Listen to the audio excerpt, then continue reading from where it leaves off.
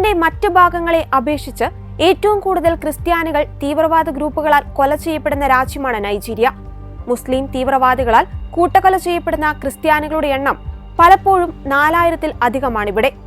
ബൊക്കോ ഹറാം പോലുള്ള തീവ്രവാദ പ്രസ്ഥാനങ്ങൾ ഇവിടെ ആസൂത്രിതമായി നടത്തുന്ന കൂട്ടക്കൊലപാതകങ്ങൾ പലതും മറച്ചുവെക്കപ്പെടുകയോ മുഖ്യധാരാ മാധ്യമങ്ങൾ പോലും അവഗണിക്കുകയാണ് പതിവ്. വ്യൂ പോയിന്റ് ചർച്ച ചെയ്യുന്നു നൈജീരിയയിലെ ചോരയിൽ മുങ്ങിയ സത്യങ്ങൾ.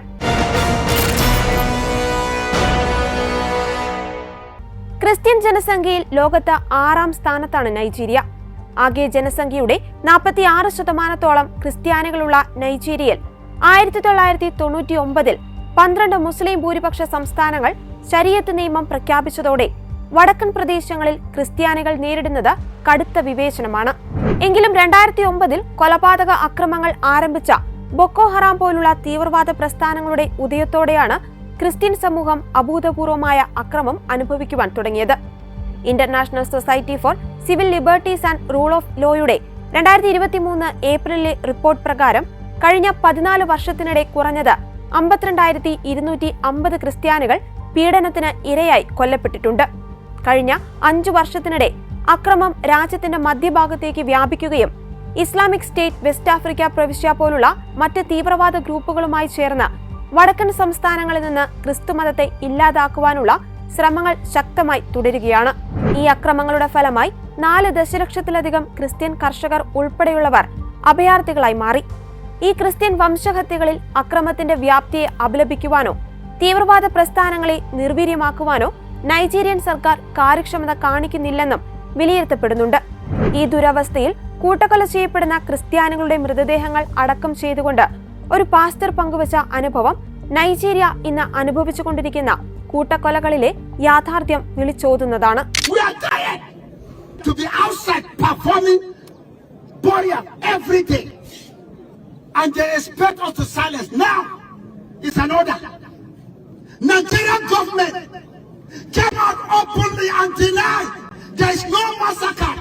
There is no genocide of Christians in Nigeria, and look at it today.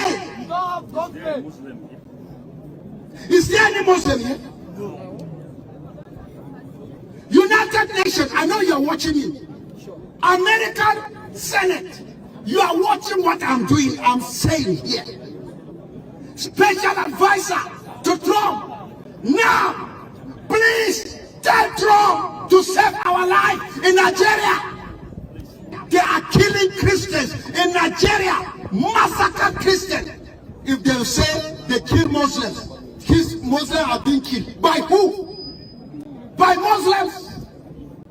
നൈജീരിയയിൽ കൊല്ലപ്പെട്ട ക്രിസ്ത്യാനികളുടെ എണ്ണം അമ്പരപ്പിക്കുന്നതാണ്. 50,000-ലധികം ക്രിസ്ത്യാനികൾ കൊല്ലപ്പെട്ടതോടെ മധ്യ നൈജീരിയയിൽ ആക്രമണങ്ങളിൽ വർധനവുണ്ടായി വടക്കൻ പ്രദേശങ്ങൾക്കപ്പുറത്തേക്ക് വ്യാപിച്ചു. വിശ്വാസത്തിന്റെ പേരിൽ ക്രിസ്ത്യൻ സമൂഹത്തെ ലക്ഷ്യമിടുന്ന തീവ്രവാദ ഗ്രൂപ്പുകളിൽ നിന്ന് ക്രിസ്ത്യൻ സമൂഹം നിരന്തരമായി അക്രമം നേരിടുന്നു. ഈ അക്രമത്തെ ചെറുക്കുന്നതിൽ കേന്ദ്ര സർക്കാർ പരാജയപ്പെടുന്നത് പ്രതിസന്ധിക്ക് ആക്കം കൂട്ടുന്നു. 2025-ലെ കണക്കുകൾ പ്രകാരം നൈജീരിയയിൽ പ്രതിദിനം ശരാശരി 32 ക്രൈസ്തവർ കൊല ചെയ്യപ്പെടുന്നു. കേവലം മതപരമായ ഏറ്റുമുട്ടലുകൾക്കപ്പുറം ചരിത്രപരമായ ലക്ഷ്യങ്ങളോടെയുള്ള ഭൂമിശാസ്ത്രപരവും സാംസ്കാരികവുമായ ഉന്മൂലനമാണ് ഇവിടെ നടക്കുന്നത്. കത്തോലിക്ക സഭയുമായി ബന്ധമുള്ള മനുഷ്യാവകാശ സംഘടനയായ ഇന്റർ സൊസൈറ്റിയുടെ റിപ്പോർട്ട് പ്രകാരം 2025-ന്റെ ആദ്യ 220 ദിവസങ്ങളിൽ മാത്രം 7087-ലധികം ക്രൈസ്തവരാണ് രാജ്യത്ത് കൊല്ലപ്പെട്ടത്. ഈ വംശഹത്യാശ്രമങ്ങൾ ലക്ഷ്യമിടുന്നത് നൈജീരിയയിലെ 112 മില്യൺ വരുന്ന ക്രൈസ്തവ സമൂഹത്തെയും മറ്റ് പരമ്പരാഗത മതവിശ്വാസികളെയുമാണ്. 19,100-ലധികം പള്ളികൾ തകർക്കപ്പെടുകയും 1,100-ലധികം ക്രൈസ്തവ സമൂഹങ്ങൾ കുടിയൊഴിപ്പിക്കപ്പെടുകയും ചെയ്തിട്ടുണ്ട്.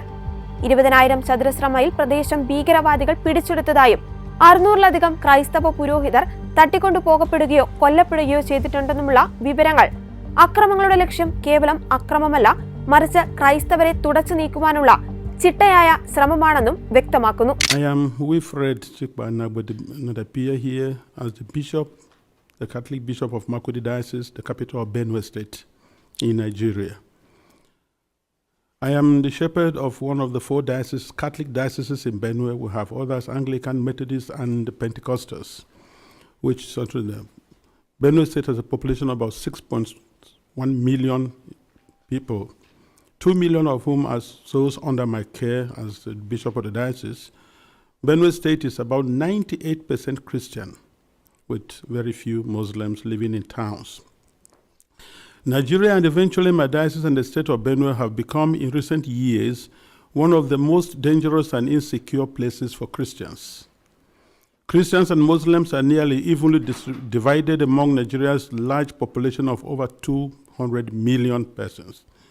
Islamist extremists are fiercely contesting the possession, control, and governing law of the land, especially in the country's northern and central regions, the latter of which is where Benue is located. There are constant ethnic, political, and religious conflicts over land and allegiance.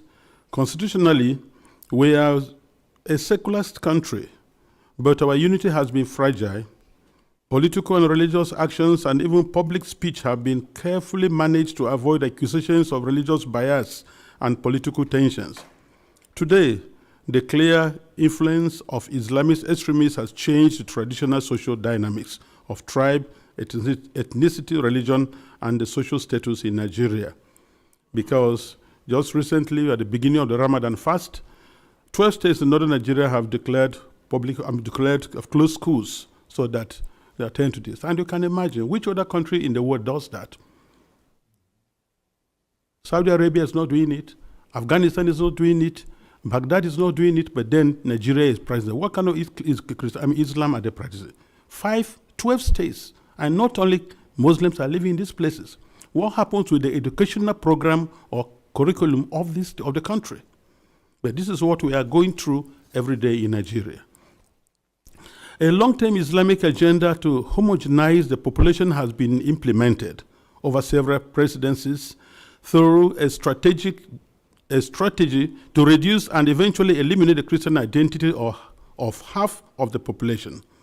This strategy includes both violent and non-violent actions, such as the exclusion of Christians from positions of power and adoption of such church members, the raping of women, the killing and exploitation of Christians, the destruction of churches and farmlands of Christian farmers, followed by the occupation of such lands by the Fulani herders, and also changing the names of these villages.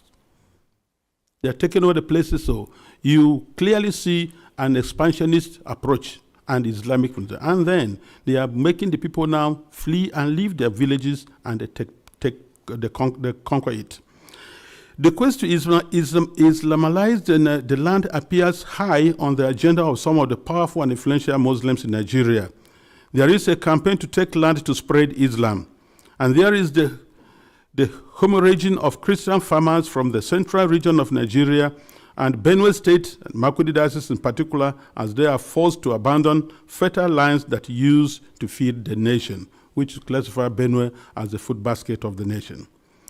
Militant Fulani herdsmen are terrorists destroying society. They steal and vandalize, they kill and boast about it. They kidnap and rape, and they enjoy total impunity from the elected authorities. None of them have been arrested and brought to justice. This is supported by the corrupt system in which we operate and the abject poverty among us, which allow the criminals to easily attract more recruits and prey on more victims. Why is this happening? Is it really a religious war? Like in the past, many jihadists are motivated less by religion than by spoils of war and use their religion to impose themselves. In my diocese, the spoils consist mainly of fertile, well-tended land organized around my parishes or so. The jihadists come and adopt and kill the priests, leaving thousands without support and basic human services. And of course, when they disperse the people, the inhabitants, or the citizens, or the people of the lands, they take over. And any attempt to go back and take care of your farms, surely you get killed. The Makurdi Diocese in Benue State has been the epicenter of the invasion by these herders, who are more like hired guns of cattle oligarchies, who manipulate religion to rally the herders to eliminate the Christian population and cleanse the land in the name of Islam. This objective is behind the relentless attacks against Benue's villages. When we call for help to the police and the army, they do not come. At the end of 2024, several villages were warned by the attackers of the upcoming violence, and the leaders called the police for defense ahead of time. but they did not come, and the Christian massacres, almost customary, took place, killing hundreds in Plateau and Benue, with the worst massacre claiming 47 people. The militant also burned down the 8 Catholic churches of St. Mary's Parish in the Diocese of Boko, which in Benue State, as well as the parish house, clinics, schools, and other houses. The militant Fulani herdsmen bear on defenseless villagers without consequences. They follow orders to conquer, kill, and occupy. They attack even those who have managed to escape into our IDP camps. Thereby, they have no place to run to. And it is unfortunate that the police system in Nigeria, orders have to come from above. And such that once there's a call, and they say they have never responded. And by the time they arrive, these people have left, and the people are now living in the pool of their blood. What I have recounted above is happening not only in Benue State. I believe our experience in Benue is symptomatic of what is happening elsewhere in large parts of Nigeria. The experience of the Nigerian Christians today can be summed up as that of a church under Islamist extermination. It is frightening to live there. Apart from the violent campaigns and attacks against Christian villages, there are now attempts by the Islamic Council of Nigeria and various Islamic groups to impose Sharia law on the Christian populations. Already, 12 states in the north of Nigeria are under this sectarian religious law, and attempts to extend the same to the south of Nigeria, which they have started. This month, governors in the north decided abruptly to close all schools and education institutions during the months of Ramadan, leaving millions of students without learning opportunity for 5 weeks. We live in fear because at any point it can be our turn to be killed, but to remain silent is to die twice. So, I have chosen to speak. I speak on behalf of the millions who are in the camps. In Benue State, in Makurdi Diocese alone, in my diocese, I have about 9 camps. 9. On the 5th of March, which was Ash Wednesday, we visited one of the camps, and many of my priests and religious went to the other camps, distributed them to begin the Ash Wednesday with our faithful who are there, because we are the voice of the voiceless. We have to talk for the defenseless. We have to talk about the weak and those who cannot talk about themselves. In one of the camps called the Mega Camp, there were over 3,000 inmates of that camp, and which was a record given to us by government. I speak on behalf of them and those children who have no husband, who have no father, and even their own voices taken away by the politicians who promised to help them, but have become the willing tools of the jihadists because they are talking politically correct statements, looking for next elections to come. I speak on behalf of those whose loved ones have been killed, but no one has even offered a word of consolation to them. I speak on behalf of the thousands of young girls who have been adopted and raped because no one, not even the media, mentions them anymore. Foremost, I speak on behalf of my flock who are unable to worship freely and unable to return to their ancestral farms and homes because that land has been ruthlessly taken from them by the armed herdsmen. And where they say they want to live in peace with the natives, if you must farm, you have to pay tax to hire the land which belongs to you. That is slavery, to say the least about it. As prosperous Nigeria is in the African continent, and I tell you, if there's outbreak of war in Nigeria, no country around us, Chad, Niger, Ghana, Guinea, Togo, no country can contain the population that will flee to these places. No country can be able to house over 5 million refugees. It's not possible because of that. And if 1 million refugees run to Chad and Niger, they'll collapse that country because there'll be no plan to take care of them. So we have to be very careful. Today, I urge you all to use every means within your mandate to start developing a strong and good relationship with Nigeria, where you know that when you speak of human dignity, you are also speaking of the same God-given right you believe is unalienable. Consider that Nigeria can be your ally, but it cannot be one where half the population is in the process of being murderously eliminated. Work with us, the churches, and other Nigerians of goodwill. We are working for a peaceful and prosperous society, and our desperate plight has been set aside U.S. policy for too long to the cost of thousands of lives. Concretely, I request and I plead, I ask you to redesignate Nigeria as a country of particular concern.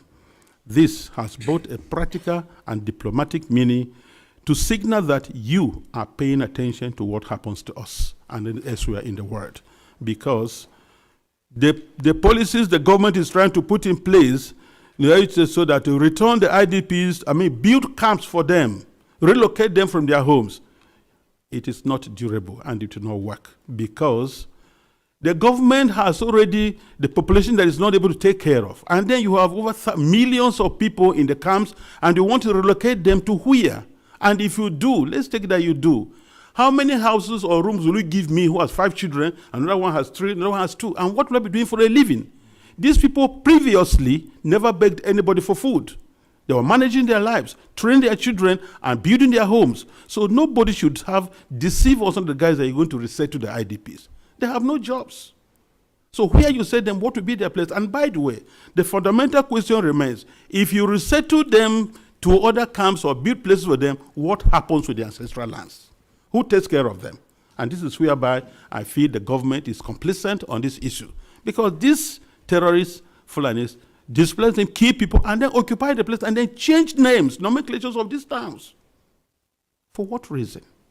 So we want to let the people go back to their homes and help for them to rebuild their lives. I implore this august body to insist on the return and rehabilitation of all the IDPs to their ancestral lands, and not to relocate them to other constructed camps elsewhere, which is an invented solution now being pushed in the Benue state government. And I tell you, Nigeria government can do that once they have to be accountable. Because I know Nigeria, under the auspices of ECOMOG, was able to reinstate constitutional government in Sierra Leone and Liberia. And they can do that now. We have the capacity, but because the leaders that are not prepared. And I think that's whereby, look, it's not just, conspiracy of silence, it is aiding, abetting, and supporting these terrorists to keep doing their work. This is my plea. Thank you very much for this attention. വടക്കൻ നൈജീരിയയിൽ ഇന്ന് കാണുന്ന വർഗീയതയുടെ തുടക്കം 19ാം നൂറ്റാണ്ടിലെ Fulani തീവ്രവാദികൾ നടത്തിയ ജിഹാദ് മുന്നേറ്റമാണ്. ഇസ്ലാമിക പണ്ഡിതനായിരുന്ന ഉസ്മാൻ ഡാൻ ഫോഡിയോയുടെ നേതൃത്വത്തിൽ നടന്ന ഈ ജിഹാദ് വടക്കൻ നൈജീരിയയുടെ വലിയൊരു ഭാഗം നിയന്ത്രിച്ച ശക്തമായ സൊക്കോട്ടോ ഖിലാഫത്ത് സ്ഥാപിക്കുന്നതിന് കാരണമായി. നൈജീരിയയിലെ ഏറ്റവും ഉയർന്ന ഇസ്ലാമിക അധികാരിയായി ഇന്നും കണക്കാക്കപ്പെടുന്ന സൊക്കോട്ടോ സുൽത്താൻ ഈ ചരിത്രപരമായ പ്രസ്ഥാനത്തിന്റെ പിൻഗാമിയാണ്. വടക്കും തെക്കുമുള്ള ജനവിഭാഗങ്ങളെ മതപരമായി വേർതിരിക്കുന്നതിൽ ഈ ചരിത്രപരമായ ആധിപത്യ ശ്രമം സുപ്രധാന പങ്കാണ് വഹിച്ചത്. ബ്രിട്ടീഷ് കൊളോണിയൽ ഭരണം വടക്കൻ തെക്കൻ നൈജീരിയകളെ സംയോജിപ്പിച്ചെങ്കിലും ചരിത്രപരമായ ഈ ഭിന്നത നിലനിർത്തി. വടക്കൻ മേഖല പ്രധാനമായും മുസ്ലിങ്ങളും തെക്കൻ മേഖല ക്രൈസ്തവ ഭൂരിപക്ഷവുമായി നിലകൊണ്ടു. സ്വാതന്ത്ര്യാനന്തരം ഈ വംശീയ മതപരമായ വിഭജനം രാഷ്ട്രീയ അധികാരത്തിനായി പരസ്പരം പോരടിക്കുന്നതിനുള്ള ആയുധമായി മാറി.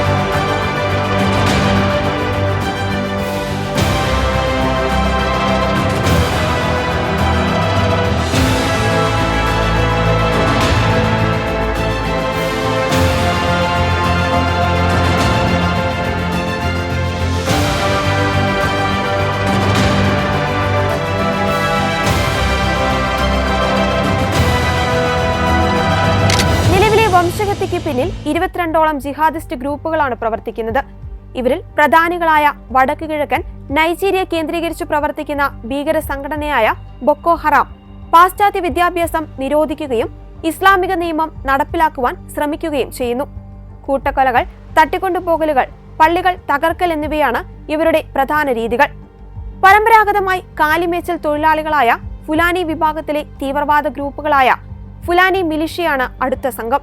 ക്രൈസ്തവ കർഷക സമൂഹങ്ങളുടെ ഭൂമി പിടിച്ചെടുക്കുന്നതിലൂടെയും അവരെ കുടിയൊഴിപ്പിക്കുന്നതിലൂടെയും ഇവർ അക്രമം അഴിച്ചുവിടുന്നു.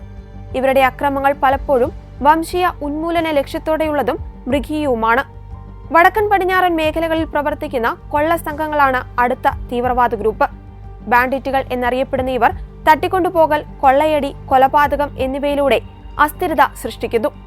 ഈ ഗ്രൂപ്പുകളുടെ എല്ലാം ആത്യന്തിക ലക്ഷ്യം അടുത്ത 50 വർഷത്തിനുള്ളിൽ നൈജീരിയയിൽ നിന്ന് ക്രൈസ്തവരെ തുടച്ചു മാറ്റുക എന്നതാണ്.